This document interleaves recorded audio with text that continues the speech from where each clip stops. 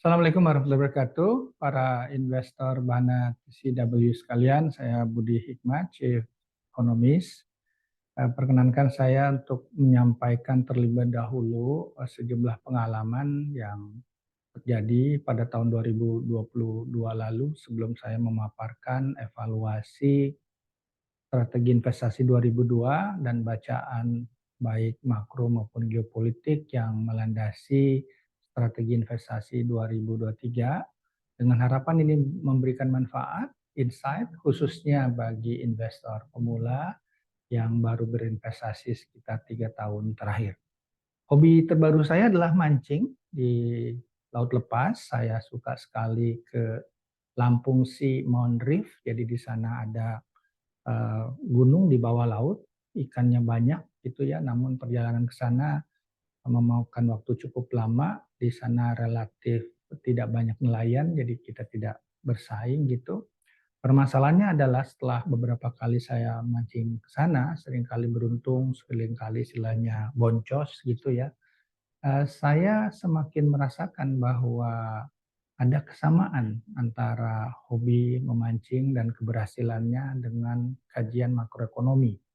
Yang saya pahami adalah, kalau cuaca diramalkan buruk, ada baiknya tundalah, memancing ya. Jadi tidak usah pergi misalnya, kalaupun kelihatannya memaksakan biasanya hasilnya juga tidak terlalu banyak ya. Pernah dalam trip pertama, saya baru belajar, di sana juga sebenarnya, waktu itu kami harus melakukan voting ya, pasca Covid, kelihatannya orangnya sudah mupeng pengen, mancing ya, sehingga konsensus, kita pergi mancing, tapi hari pertama itu ombak demikian besar ya, banyak peserta mancing yang mabok. Saya sendiri harus menemani kakak saya yang mabok di ujung satu pulau, saya mencari dokter di sana. Kemudian, keesokan harinya kami dijemput dan, rupanya hasil mancingnya itu memang luar biasa, saya mendapatkan bagian gitu ya. Nah, kali kedua, saya dianggap paling produktif gitu, dapat banyak karena waktu itu memang cuaca bagus ya. Tapi 2 trip terakhir saya semakin menyadari ini kelihatannya bahwa cuaca itu memang, luar biasa. Saat itu bahkan pernah ketika saya sedang asik-asiknya mancing, tiba-tiba ABK mengatakan, Pak Budi angkat, ininya ya, tackle-nya, kita harus segera, menghindar ya, bersembunyi waktu itu di balik, 2 pulau gitu ya, dan saya tanyakan, "Mengapa?" Ya, dia mengatakan dengan menunjuk, pada, pembentukan awan yang mulai menghitam, "Pak Budi sebentar lagi akan ada badai." Kapal kami selamat, ada kapal yang tidak melakukan pengamanan malah mesinnya mati gitu ya. Jadi di satu sisi memang luar biasa, bagaimana faktor cuaca ya. Jadi, from the top. Nah inilah makroekonomi sebetulnya. Saya kendati udah 25 tahun di pasar modal, saya tertarik sekali dengan, surat akhir tahun dari Oaktree, investment, founder ya, yaitu, Howard Marks ya, yang menulis luar biasa menurut saya dan mengingatkan bahwa, dunia makronya ini sudah berubah ya, dari tahun 2009 sampai 2021 kita menikmati suku bunga yang sangat rendah karena ekses, liquidity yang diciptakan oleh berbagai central bank ya, dan orang kelihatannya saat itu hanya fokus di return-return saja, bahkan ada fenomena yang namanya FOMO, fear of, missing out ya, dan terbukti bahwa tahun 2022 yang lalu keadaan berbalik karena The Fed itu mengetatkan liquidity luar biasa, terjadi penurunan di growth stock ya, gitu, yang prevail malah itu adalah, istilahnya value stock ya. Jadi ini makro does matter ya. Nah, seperti yang tadi saya bertanya ya, untung atau diberitahu dan saya menurut oleh ABK-nya, ya mudah-mudahan itu inspirasinya, eee, memperkuat bahwa strategi investasi dengan kajian makro itu sangat penting. Nah, yang kedua adalah ketika akhir tahun lalu saya masuk rumah sakit karena tensi saya, tinggi ya, gitu dan, memang berbeda dengan tahun 2021 ketika saya disiplin, katakanlah menata, kesehatan saya ya, gula darah, tensi saya bagus, tapi tahun lalu memang tahun berat ya, saya juga kurang olahraga, kurang tidur dan lain-lain gitu. Alhamdulillah saya bertemu dengan seorang dokter yang kembali menasihatkan saya untuk menata keseimbangan hidup ya, gitu. Apakah komposisi makanan, kemudian olahraga, stress management, dan lain-lain. Ini lucunya adalah ketika saya yang boleh dibilang ingin berperan di masyarakat untuk bagaimana mencapai kesehatan finansial, sementara istri saya Adelina Syarif itu kesehatan mental, dan kami rembukan akhirnya penting sekali kesehatan intelektual ya supaya tetap waras gitu. Namun ini menunjukkan bahwa kesehatan fisikal itu sangat penting. Menarik dokter yang saya temui itu dia mengatakan kita bisa sehat tanpa obat, bahkan berbagai makanan sebetulnya menyehatkan, jadi hidup harus balance. Nah demikian juga dengan aset investasi kita harus balance, kita nggak bisa terlalu agresif di satu aset ya. Jadi ke depan ditambah juga komponen makro itu penting sekali kita untuk menata supaya komposisi aset kita itu lebih balance ya, antara misalnya growth stock, antara defensif, antara dividen dan lain-lain. Jadi perlulah keseimbangan. So dengan intro tersebut mari kita bahas ya. Jadi bagaimana boleh dibilang ininya ya evaluasi kebijakan investasi kita tahun lalu ya. Ini ada peraganya. Mudah-mudahan teman-teman bisa melihat di sini ya, gitu. Jadi kami gunakan istilahnya winning crisis game ya judulnya, karena ke depan semakin mengentara bahwa ini interaksi antar katakanlah ekonomi dan geopolitik ini menjadi sangat luar biasa. Tahun lalu ya boleh dibilang kalau reviewnya ini saya mengikuti Bloomberg itu brutal stagflation drama, dan Indonesia relatively bisa bertahan ya karena kebijakan makro kita bagus sekali, terutama di profil apa namanya trade balance kita yang menjadi surplus, dan melalui hilirisasi ya, dan juga penerimaan pajak kita luar biasa, kinerja fiskal kita stellar lah boleh dibilang ya, dan juga makro moneter kita juga Bank Indonesia ahead the curve ya, sangat boleh dibilang ini ya antisipatif gitu.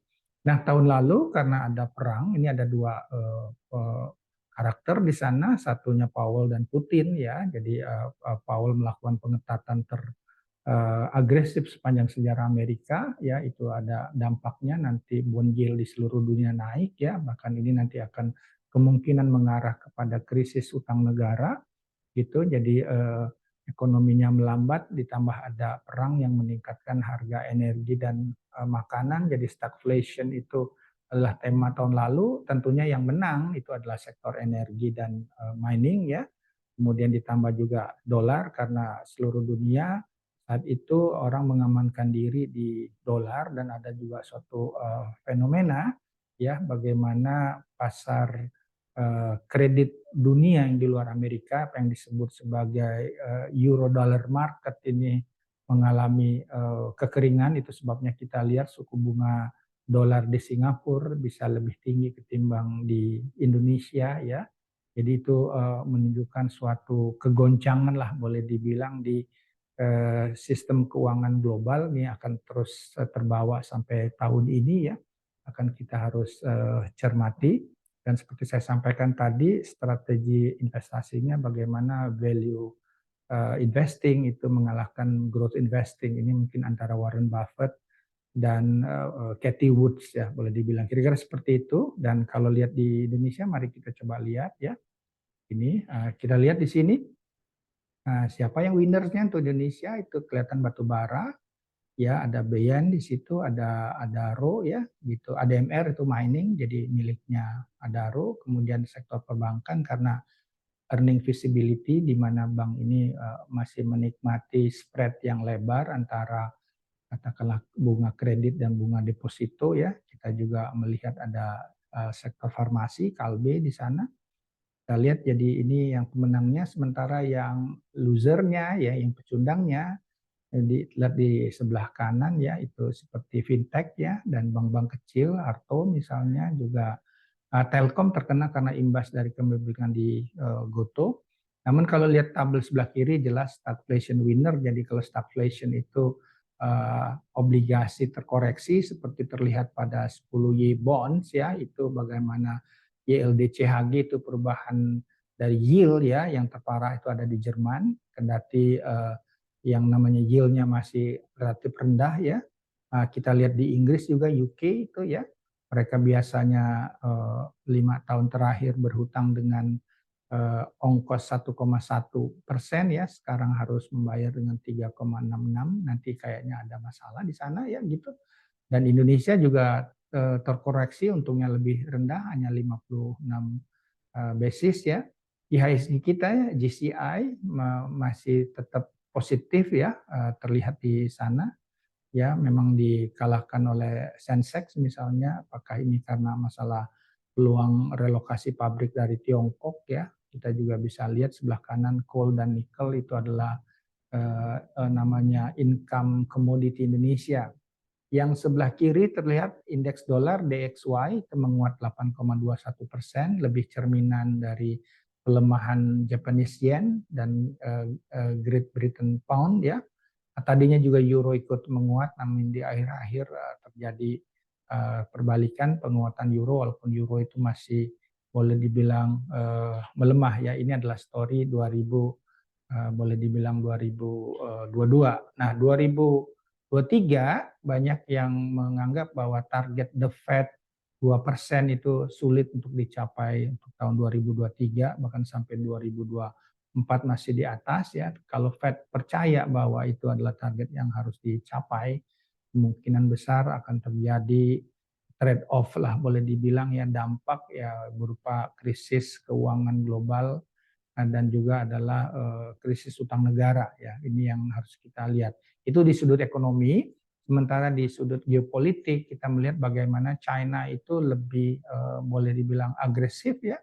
Global outreach hadir di G20 di Bali ya, dengan katakanlah juga setelah itu dilanjutkan di dunia Arab ya, kemudian juga sebelumnya juga di Afrika, dan juga setelah ada kedatangan Nancy Pelosi ya, juga China kelihatan sekali lebih ofensif untuk counterbalance ya. Ini boleh dibilang suatu risiko yang harus kita cermati, karena kalau melihat besarannya ekonomi sebetulnya Rusia dengan GDP 1,8 triliun ya, yang jauh lebih kecil dibandingkan China sekitar 18 triliun dan Amerika 23 triliun. Jadi konflik selalu antara nomor satu, nomor dua. Apakah yang terjadi di Rusia itu adalah proxy war? Kita harus cermati terus menerus ya. Sementara di layer selanjutnya itu adalah kebijakan domestik ya, pemerintah. Terlihat bahwa Presiden Jokowi ya, kendati kita katakanlah kalah di WTO perundingan, tapi kita terus melakukan perlawanan ya, karena juga pemerintah ya melihat kesuksesan downstreaming atau hilirisasi di sektor mining ya. Ini yang memberikan lebih banyak manfaat nilai tambah, kita akan perluas kepada sektor-sektor lain. Kita juga tadi seperti saya sampaikan, kebijakan fiskal dan moneter domestik itu luar biasa. Dan saya harapkan sebetulnya tahun 2023 ini ya, karena berbagai indikator beban hutang ya, di berbagai negara maju yang majunya karena hutang gitu, seperti Inggris misalnya, saya bawa dulu kemari misalnya ya, Inggris atau ya UK ya, mereka itu negara yang kurang produktif, kemudian populis, banyak hutang. Semestinya mereka itu tidak berhak lah boleh dibilang dengan rating yang demikian bagus ya, dan berbagai indikator seperti kegairahan pengusaha ya, PMI Purchasing Manager Index itu di bawah 50, indikator daya belinya M1 Growth itu YOY itu hanya 0,1 ya, mata uangnya melemah drastis, ada currency risk gitu. Nah, saya berharap ini akan melandasi apa yang saya sebut di sini sebagai istilahnya hoping for rotation repricing ya. Indonesia katakanlah SBN-nya itu bisa jadi lebih murah, ini kesempatan rally. Karena itulah untuk aset kelas pilihan saya menyukai SBN ya, apakah nanti tenor panjang tenor pendek, kita perlu melihat bagaimana proyeksi inflasi. Mining ya, terkait juga dengan sebetulnya green energy, di samping juga kebutuhan untuk perang. Gold itu karena kemungkinan dolar bisa stabil atau melemah gitu ya. Properti juga untuk mengantisipasi inflasi ya. kemudian kita punya domestic reopening, ini apakah akan positif untuk bank, untuk juga consumer misalnya. Election year biasanya positif untuk telco ya. Dan awal minggu ini kita melihat bahwa ada koreksi di saham-saham batubara. Menurut saya itu cukup make sense karena tahun lalu mereka itu paling gemilang lah ya. Sekarang terjadi rotasi ke sektor-sektor lain, dan batubara juga karena ada berita bahwa dengan membaiknya hubungan antara Tiongkok dan Australia setelah terjadi perubahan politik di Australia ya, kemungkinan juga pasokan dari Australia untuk batubara ke China itu semakin terbuka, dan ini berita kurang bagus bagi emiten batubara di Indonesia ya. Jadi cerita eh, China reopening itu akan meningkatkan sebenarnya komoditi energi ya, itu bisa saja, namun ada baiknya kita juga menata portofolionya. Dan pengalaman dikatakanlah mengikuti FOMO ini ya, fear of missing, fear of apa namanya, missing out ya gitu ya. Jadi ini ada baiknya kita investasi itu rasional, show me the money, not only telling the story. Itu sebabnya saya mempromosikan istilahnya pricing the value, not valuing the price ya. Akan saya coba tunjukkan, karena biasanya orang hanya melihat harga, tapi kalau investasi kita konsepnya adalah investasi di aset-aset yang undervalued, yang memungkinkan ada upside potensial. Permasalahannya adalah bagaimana mengestimasi value ya. Perkenankan saya ini cukup banyak slide yang mau saya tunjukkan. Misalnya ada suatu katakanlah pendekatan bahwa value itu didekati dengan rata-rata target price para analis. Misalnya saham telco itu di cover oleh 40 analis misalnya ya, dan mereka itu dikumpulkan oleh Bloomberg, melaporkan atau dikutip angka target price-nya, dicari target price rata-ratanya, itulah taksiran value. Dalam peraga ini adalah yang warna biru ya, sementara actual price itu warna merah. Dan tentunya kita berinvestasi ada baiknya ketika ada spread positif antara warna biru yang di atas dengan warna merah, dan sebaiknya taksiran value itu cenderung positif ya.